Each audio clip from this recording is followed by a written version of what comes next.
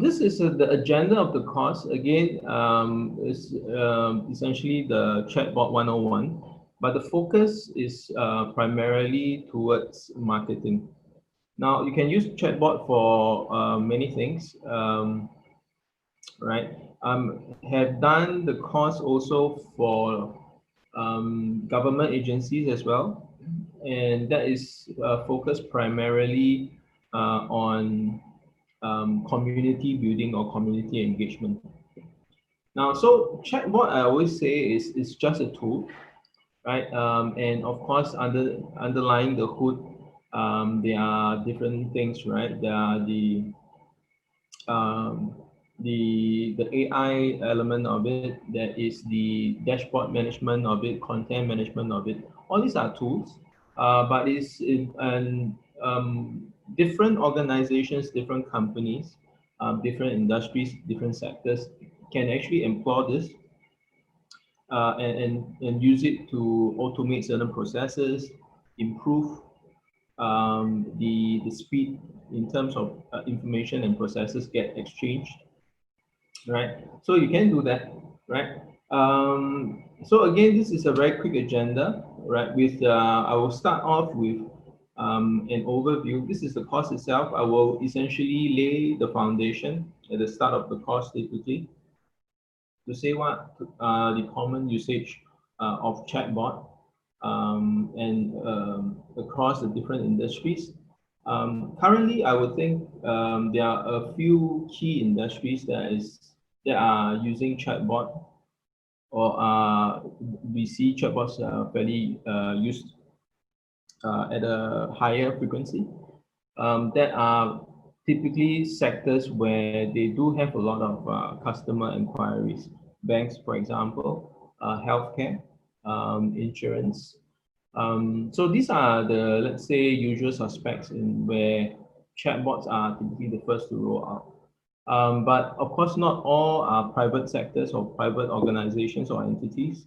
We do see a lot of governments as well, because similar to that, to the banks and healthcare, for example, the government agencies do get a lot of inquiries from time to time as well. And you particularly see in our recent or the episode, we're still going through the COVID situation, where certain government agencies in particular will have definitely a very unnatural spike in terms of the customer inquiry.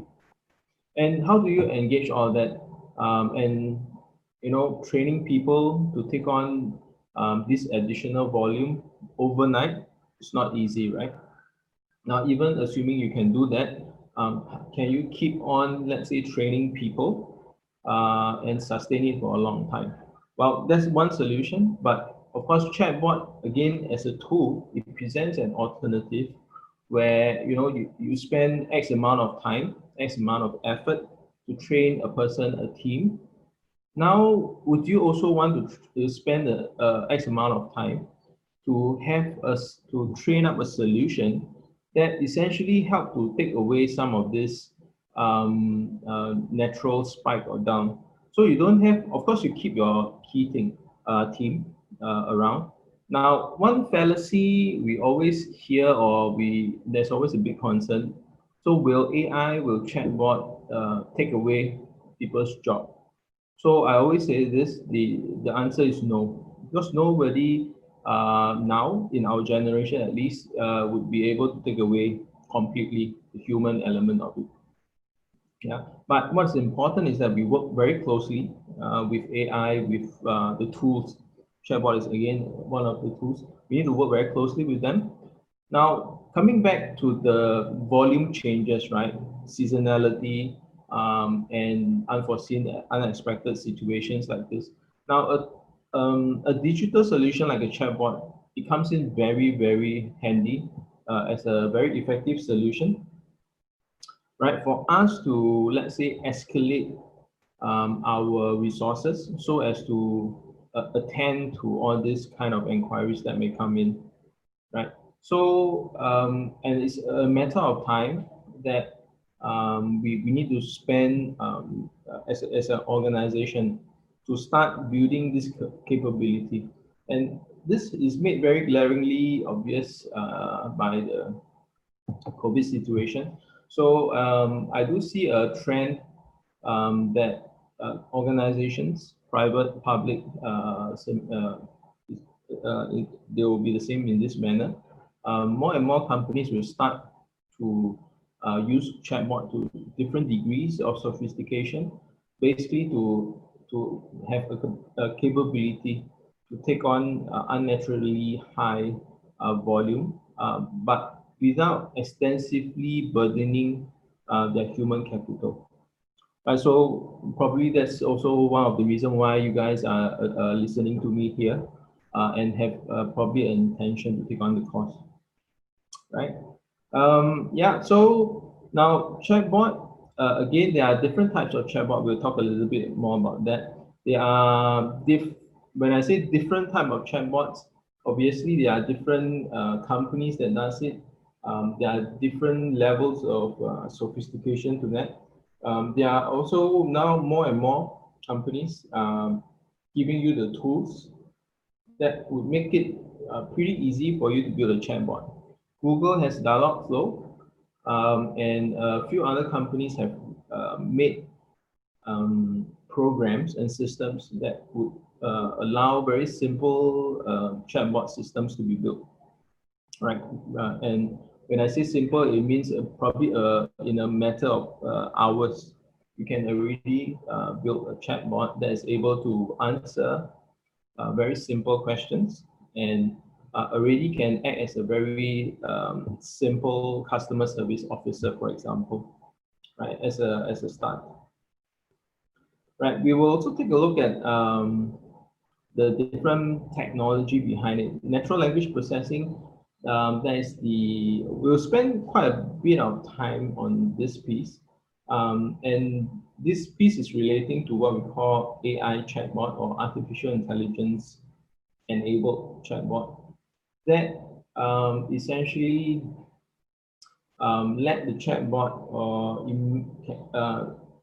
essentially enable this chatbot to be able to carry on a conversation with any of your customers in a more natural manner, just like they would with another human being. So now we don't have a very good use case, to be very honest. I'm sure you guys have used chatbots before with the banks, the telcos, for example. Some of you might have good experience, but some might not have, right? But reason being, chatbot and AI chatbot, while it has been commercialized for quite a long period of time, more than 10 years now, when I say commercialized, the technology has been there since 1950s, but commercialized in the sense that the technology is stable enough, and companies are willing, the telcos, the banks, they are the first to start to bring it to the market and start using it to engage the consumer.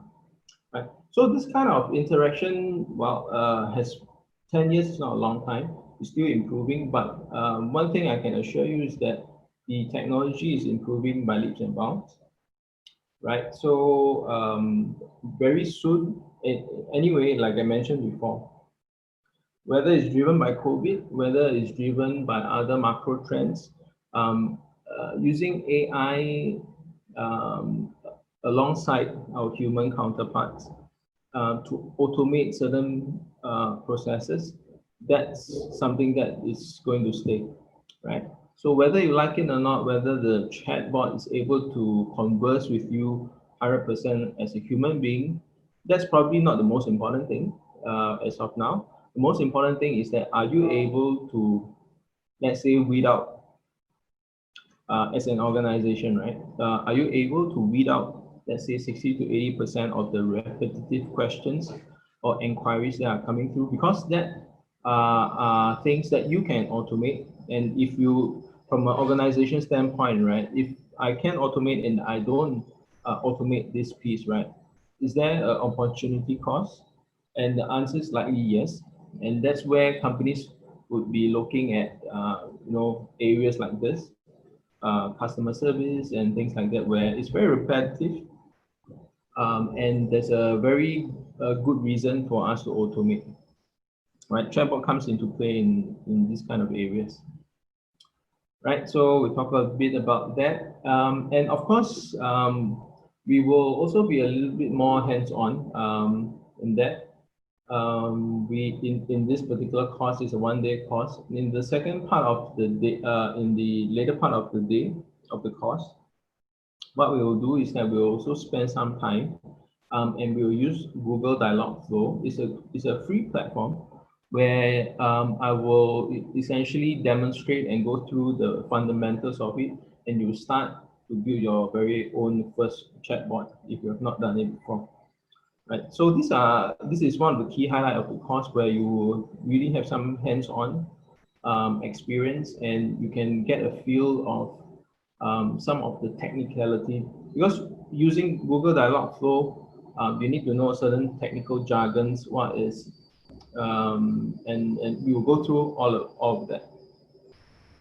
And at the end of the course, what we will do is also to look at certain best practices, and how do you, if you are one of the manager in your organization and you're already looking to roll out a chatbot solution, right? You might have a business case in place, you might not.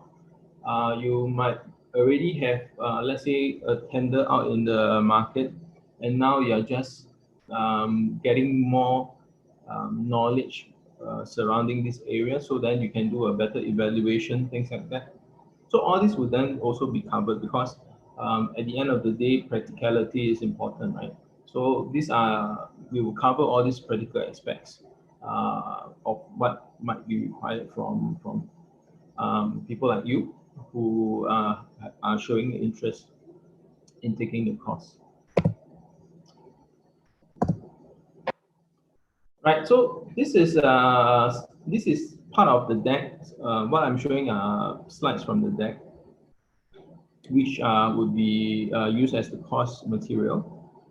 So these are certain things that we'll be showing. Like I said, chatbots are here to stay, and figures show that. And these are figures from 2016, 2018.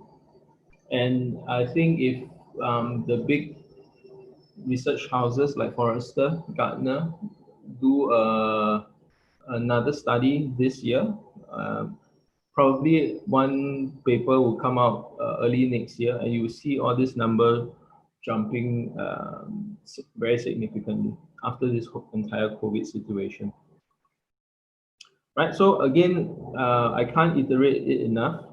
Chatbot, AI automation, they are becoming very important to us, whether we like it or not.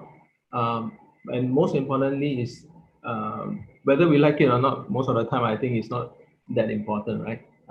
But what is really most important, I would think, from a professional standpoint, is that how do we work alongside all this technology, all these tools, and in a very effective manner as a team, as an organization.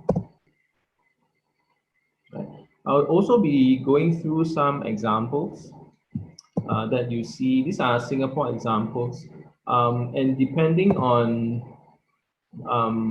the group that's attending, I will also share.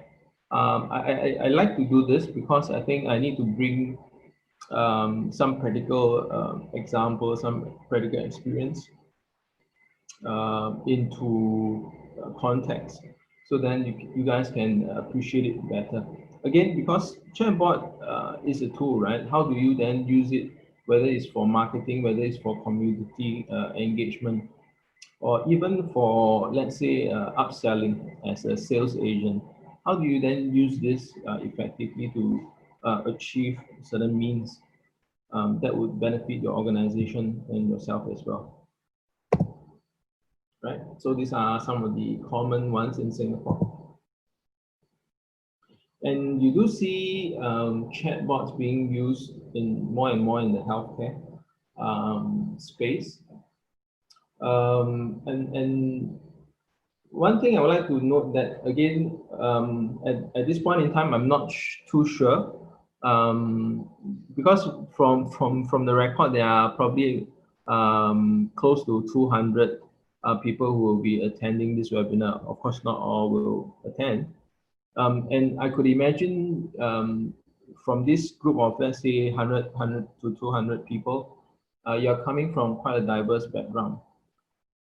Right, some of you are in the public sector, some of you in the private sector, and obviously coming also from different functions, some from sales, marketing, customer service. Now, you need to understand also what is the real objective. Now, using a tool is probably not too difficult, but to really understand what problem are you trying to solve, what kind of delta you're trying to achieve by implementing this solution, I think that's really the key, and that would help also to set up the business case, which probably is one of the most difficult thing.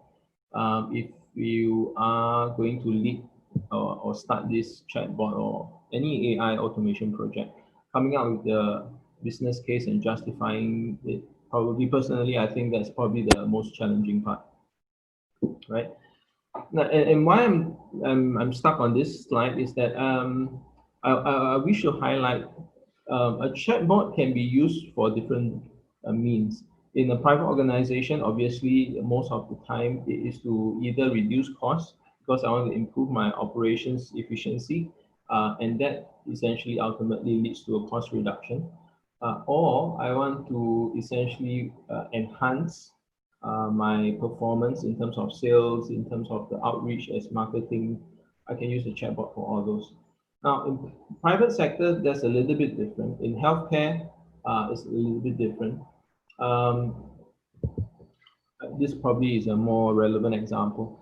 KKH as a private healthcare organization. Now, obviously, making money is not their key interest, or not their utmost, primary objective. Now, again, highlighted and made very obvious by the COVID situation is that resources are limited, right? So now, I'm not sure how many of you are parents, right? But if you are a parent and you have experience, you probably have experience when your child is quite young. In the middle of the night, a child is running a fever. Now, what do, right? Very likely you'll be going to a hospital like KKH and going there in the middle of the night because all the other clinics are closed, right? So in this kind of situation, resource is extremely precious and limited. Now, instead of welcoming everybody, just like you would if you are a public organization, because that means more money. But in this case, as a private organization, you really want to protect your resources and allocate their resources to people that really needs that, right? And you can use a chatbot to help do that, right? So in this particular case, this is a KKH UPEL. It essentially acts like a doctor, right? Where it helps to give some advice, and it also helps to, let's say, give some lessen the anxiety of a parent in the middle of the night that's facing one or two children that's running a fever. Right? It gives very basic information, but the implication is very profound in that it tries to divert the traffic, the less important or less urgent traffic away from the hospital. So again, to fulfill the purpose of protecting the resources and a better allocation of resources, limited resources to people that needs them. Right, so this is very interesting when you can talk about all this, why and how chatbots are being used. In e-commerce, you see that using, not so common here in Singapore, but you do see more and more now that chatbots are being used in transactional kind of conversation. That means they are and implemented as part of a e-commerce kind of process where transactions can take place, and every single interactions through a chatbot will then be personalized, because chatbot must know that I'm William and I'm William Wee with a particular mobile number, a particular email address, so as to carry on or authenticated transactions, right? So that is also coming to be very interesting. And when you have more of such um, things going on in a business sense, you will also see security and the more scrutiny in this area. And usually when that comes about, you will see some changes in the way of authentication, because again, when transactions, when the GMV, right, the gross market value that goes through such platforms and systems, it becomes too big. I think history has told us because that there will be a lot of more reasons, and there will be a more need for us to tighten um, the surrounding security aspects to such transactions, right? So to protect the consumers and also to protect the organizations, right? We'll be talking about, this is a marketing focus for this particular course. So we'll talk a little bit about strategies relating to marketing and how a chatbot is being used as part of this process. We'll talk about some of the best practices to leverage on the omni-channel aspects of how you can implement a chatbot. Because a chatbot at this current day and age, it's not just going to be on the website, right? It's going to be on selected pages on the website, because you don't need it on every single page on the website, for example. You can also have the same chatbot living on a WhatsApp channel, living on a WeChat channel, Line for that matter, Telegram, right? So how do you, with these possibilities, try to engage your customers? Because now again, the customer is coming to you, engaging with you across all these particular channels, right? So how do you do that, right? Mapping consumer experience and journey. We'll talk a little bit about that. And of course, strategically, again, it comes back to the point, right? If money is not an issue, and people are not an issue, then there's really not too much of a problem to solve. But reality tells us that yes, even if the management has given a green light to say that, okay, let's start a chatbot solution to automate certain processes. And that's going to take quite a fair bit of time and money, right? And if the scope is not clear, what it means is that there will be wastage in terms of time and money. So one of the key things, again, coming back to the drawing board, before anything is being rolled out, is what are the tasks? These are the key questions, right? What are the tasks to automate? And having some of the tasks, some of the processes in on the table, but automating which ones are going to give you the biggest impact, the biggest bang for the buck, right, if you will. These are some of the strategic things that you need to talk about and think about. Benefits as well. Again, I think this is this needs to be in context relating to your industry and your functions. But also try to understand a little bit about the history of chatbot, right? So this gives you a better appreciation, right, of chatbot. right? We'll go in a little bit deeper. This is probably in the later part of the course, second part of the day, where we talk a little bit about the different, the key elements, technical elements of natural language processing. So that's probably one of the, I would say, the heart of an AI chatbot, right? If you have been in this space before, if you have, let's say if you are in a case where you are trying to come up with a tender documents, requirements, and things like that, you would probably have already seen some of these things. Intents, entities, questions. These are basically the technical building blocks that you need to understand. Well, of course, if you get a vendor that does that, uh, that will be much easier for you. But at the end of the day, I would say stakeholders, subject matter experts um, from an organization, even if you are getting help from outside, you are getting external vendors to come and help. These are the part, knowing what are intents. Intents are when I'm asking you a question, what is the meaning of my questions, right? The intent, the intention. And what are the entities, the different kind of categories in the business that you are running, and in that particular verticals.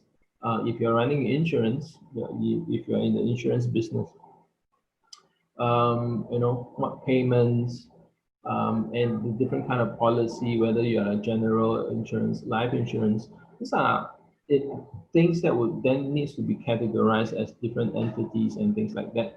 And this still needs to be done by subject matter experts from your organization.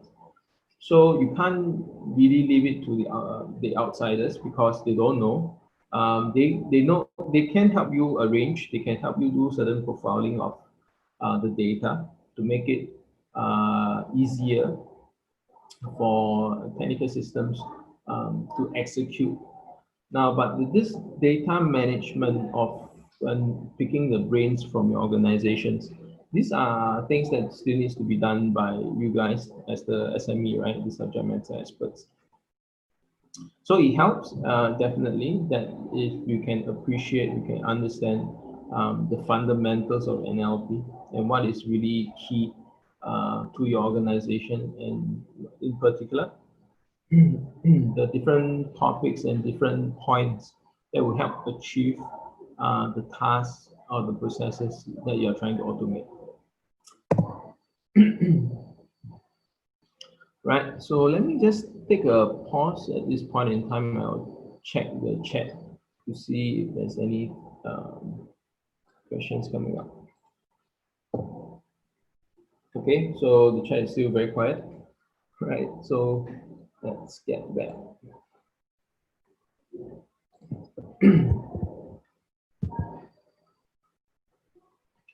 Right, so we'll talk a little bit about neural network architecture. That again is think of it as the brain or the nervous the nerve system, right, where data points are linked as a network, but in a very coordinated manner. So then different data from different points, they are brought together with different weightage, if you will. And this collated weightage, this collated weighted average kind of data gives a certain meaning. And with that meaning, then there's a particular output, right? So these are some of the things that we'll be talking about. It's pretty technical, but again, is to give you a flavor and to be aware of what are the key elements within this chatbot solution. You might not be an expert after a one-day course.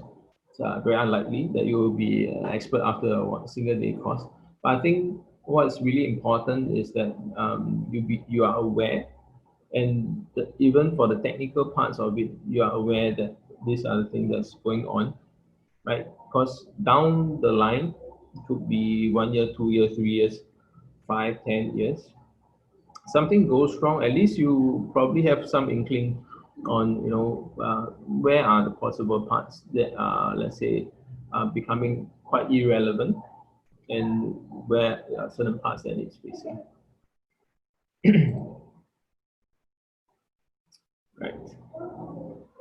Okay, so right, decision tree is then we'll be talking a little bit about this in terms of um, how we architect certain response in and out. So think of it like a network of rivers, streams.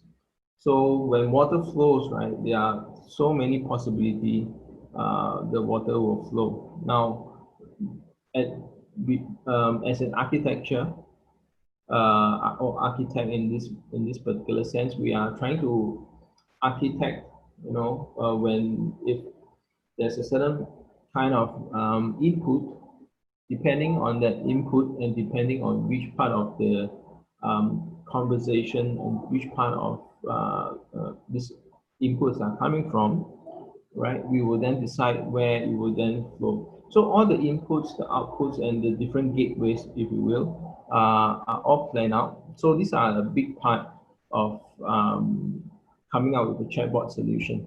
And this is important for subject matter experts because at the end of the day, this would be coming from you guys as well, right? So if you, I put a parallel. So Shirley, for example, that's the Singtel chatbot, right? If you have time, you can start a chat with the chatbot, right, from Singtel, and you will realize that when you're talking about different things, and even when you're talking about a mobile service, for example, and at different stage of your conversation, there are pretty much defined output or defined responses.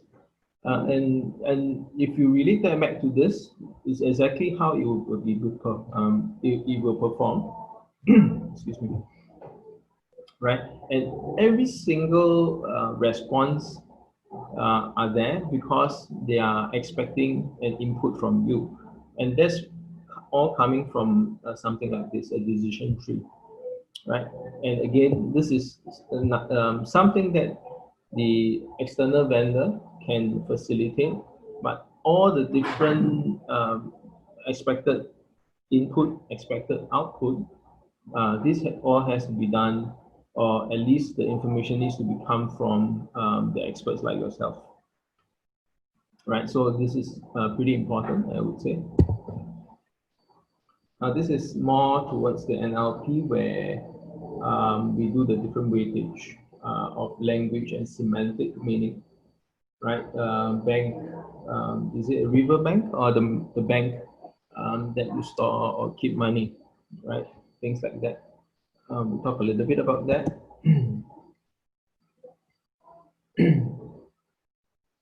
Right. Again, this is putting things together and trying to relate in a very human fashion. Right. So I would say the NLP piece is the most technically challenging part, where that's probably the driest piece. Interesting if you really like the tech to it, but if not, of course, that's it could be quite challenging to try to come to grips some of the concepts, right? But again, nevertheless, it's pretty important to understand or at least be aware of the NLP portion and how it affects the performance of the chatbot. Right. So with that, we come to the part where we are more or less putting things together. Excuse me. And it's very important to know if there's one thing you need to take away. I think this is really that a chatbot again is a tool, right? That helps you automate a certain process. Now, what is really important and powerful is that you can use a chatbot as as as a hub, if you will, to connect different systems that you already have in place, right? Because if you are familiar with ERP systems, you are familiar with CRM systems, you are familiar with, let's say, HRM systems, right? You know, these systems, they operate in silos, right? There are very good HRM systems. They are very good ERP systems. They are very good CRM systems. But of course, systems like Salesforce, systems like SAP, they are trying to diversify into the other spaces. But if you, but of course that comes with a cost, right? So if we took away those, you will find that most ERP systems, most other systems, they perform one job, right? Or a very narrow set of jobs and functions. Now, what would be very powerful is for this chatbot to sit in the middle of all these systems, and we try to integrate all those. So because it's not very easy, if you are trying to integrate, of course that all can be done. We are with an IT team, with a big enough IT team to do the integration, the setup, the maintenance. That usually is not a problem. But what a chatbot comes is that if you have this tool, you can very easily integrate with the CRM, because when we are conversing with the chatbot, the chatbot needs to know William and William's transaction history with your company. All these are coming from the CRM. But if you are an insurance company, now William wants to make a claim to a certain policy, for example, right? And some of this information are coming from your ERP. It could be, right? It's coming from your OMS, for the matter, if I'm doing a front end kind of transaction, the order management system. So within this interaction from a chatbot, right? This chatbot with a relevant integration to the other systems, what it means is that a single user transaction, which would normally take a couple of stages at least, a couple of days, or sometimes even weeks to complete, it can be completed within a single session, right? So more and more companies are seeing the power of this, and that's where you will see more and more of such transactional conversations going through or happening via the chatbot. Again, the technology is there. You can already do that. Some companies are already doing that. Some companies are trying to do that. In certain industries, a little bit tricky, a little bit more tricky. The BSFI, the banking services, financial institutions, for example, because of the regulations, sometimes it's not so straightforward because, for example, if you are a corporate and you're trying to take on opening a corporate account, regulation states that you still needs to be there, or the director still needs to be there, and a physical person needs to be there and validated by the bank. So things like that you can't really take away with just a chatbot. But again, the possibility of, let's say, reducing a certain set of process that is now talking to different departments can be very easily be brought down to a particular single session kind of activity. So it's very powerful if if you can implement something like that.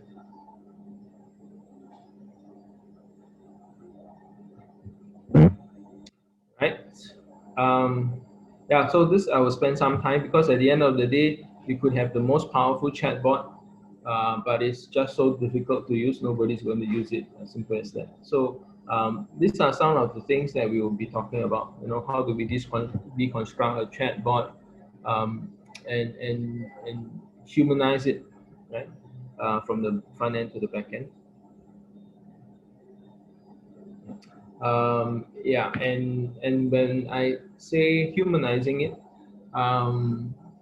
there's a big part of preparing to fail. That's also very important, because no chatbot is able to answer you 100%, right? And even if you relate it back to the human customer service officer you talk to at the bank, the telco, not 100% of the questions you ask at the very first instance. That's what we call the level one customer service, right? They can't answer 100% of the question as well. So this is very similar in that sense. But how do you then fall back gracefully to say, no, sorry, I don't understand, but wait, let me try to see how I can help, right? Something like that.